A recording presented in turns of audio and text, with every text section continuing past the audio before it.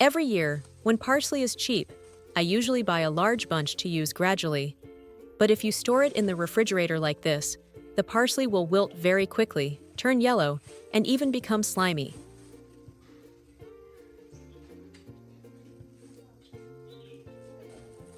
And that's a waste.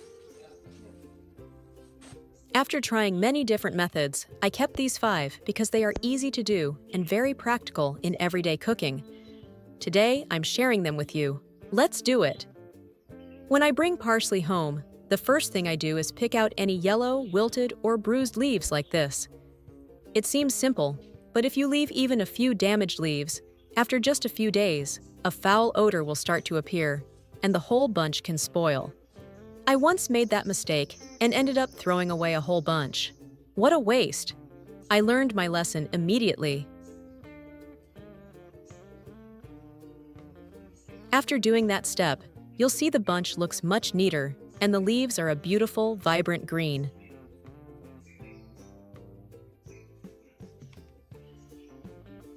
Now I take a paper towel and lightly dampen it like this. Just slightly damp. If it's too wet, the parsley will wilt very easily. I divide the parsley into small bunches, each just enough for one use. Then, I gently wrap the damp paper towel around the base, or roots like this. That part retains moisture well, helping the parsley stay fresh longer in the refrigerator. Then, I put the cilantro in a food container. I prefer using a container because the cilantro stays neatly organized and doesn't get crushed in the refrigerator. I close the lid and put it in the refrigerator. Since I started doing this, my cilantro stays fresh much longer. About 1 to 2 weeks, the leaves remain green and the roots don't get slimy. Each time I cook, I only take out the amount I need, close the lid, and put the rest in the refrigerator. It's a small tip, but very convenient for me. Every time I open the refrigerator, there's always fresh cilantro ready to use. If I save a little more money, I consider it a reward. This method works well when I need cilantro for a few days. But when cilantro is cheap and I want to buy a lot to store for a long time, the next method will be much more convenient. I wash the cilantro and let it dry completely like this. Any remaining moisture is the biggest reason cilantro spoils and loses its aroma when frozen. Now I'm chopping it finely, as I usually do. So, later I just need to open the freezer, take it out, and start cooking without any further preparation.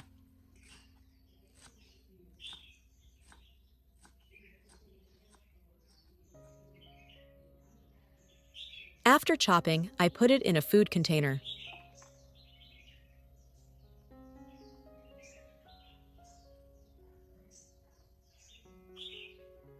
I seal the lid tightly and place it directly in the freezer. This is my most common method because it's very convenient. Each time I cook, I just scoop out a little and add it directly to the pot. No thawing required. On busy days, having a container of cilantro like this in the freezer really makes things easier.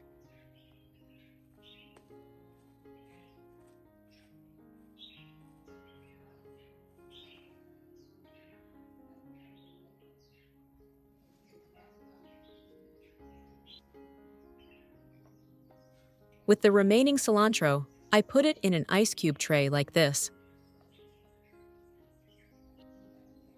I put a little in each compartment, dividing it into portions so everything is neat and easy to use.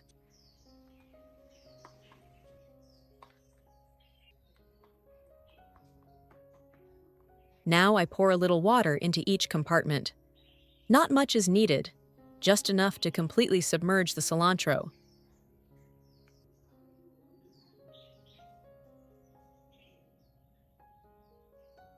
After that, I put the lid back on. Now I put the whole tray in the freezer. It usually takes about 1 to 2 hours to freeze completely. Now let's take the tray out and see. Wow, it froze so fast. Let's take it out and see. It froze quite quickly. The ice cubes look very nice and vibrant green. I take them out like this and put them all in a Ziploc bag. Each ice cube is a pre-portioned amount, So when cooking, I just drop one directly into the pot, and it melts instantly. Very convenient. No need to buy more, wash, or use a cutting board anymore. The cilantro retains its green color and fresh aroma, almost as if it were freshly chopped. Using this method, my family usually preserves cilantro for about 4 to 6 months. The aroma is preserved, and the color doesn't fade. So, when I buy a lot of cilantro, even though it's cheap, I've already preserved it in 2 different ways. But there's one more method I usually use to preserve cilantro for longer. That's the 4th tip. With this tip, I make coriander powder for later use. I prepare the cleaned coriander, and I line the air fryer with parchment paper. Then, I spread the coriander out in a thin layer like this. This step requires a little care, but the result is that the coriander dries evenly and has a very beautiful color.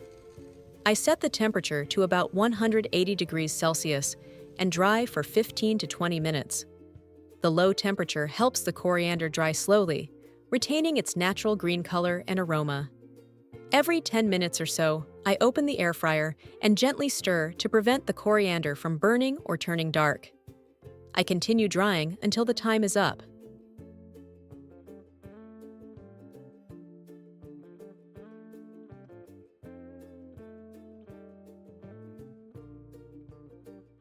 At this point, when I lift it up, it feels very light.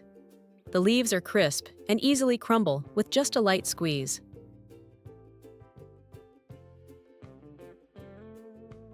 I put the coriander into a blender.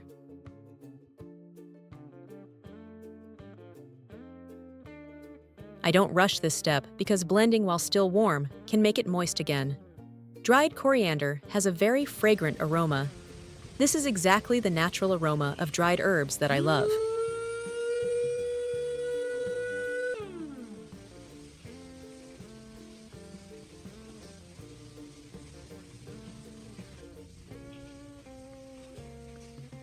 After grinding, I put it in a clean, dry glass jar and seal the lid tightly. It's very convenient to use. Just sprinkle a little on eggs, potatoes, salads, or soups, and the dish becomes much more appealing. You don't need to use much. Just a small amount is enough to enhance the flavor. I store the jar in a dry, well-ventilated place.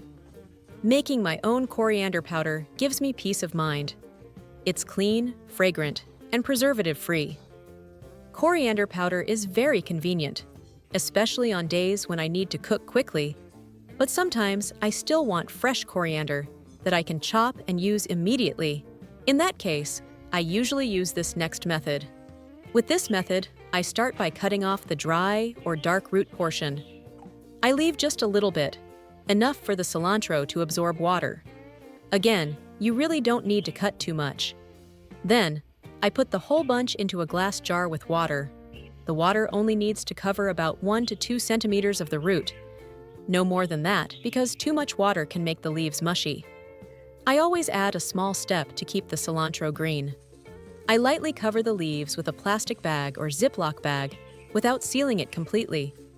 Leave a little gap so that air can circulate inside to help retain moisture. Now I put the whole jar in the refrigerator. Every time I cook and need cilantro, I just open the refrigerator and it's right there. Every time I open the refrigerator and see the cilantro standing upright with its fresh green leaves, it feels great. On days when I want fresh cilantro, I just cut the amount I need and use it right away. No further preparation is required. So with these 5 methods, whenever cilantro is cheap, I only need to prepare it once and can use it for a long time. Depending on whether I need convenience, long-term preservation, or a bunch of fresh cilantro ready to cut, I just choose the appropriate method. Cilantro doesn't spoil quickly. My kitchen always has cilantro, and I no longer feel bad about throwing it away. Of the 4 methods I've shared, which one best suits your daily cooking habits? Or do you have any other cilantro preservation methods you usually use in the kitchen? I'd love to read your tips in the comments. Thank you so much for watching until the end. See you in the next cooking tips.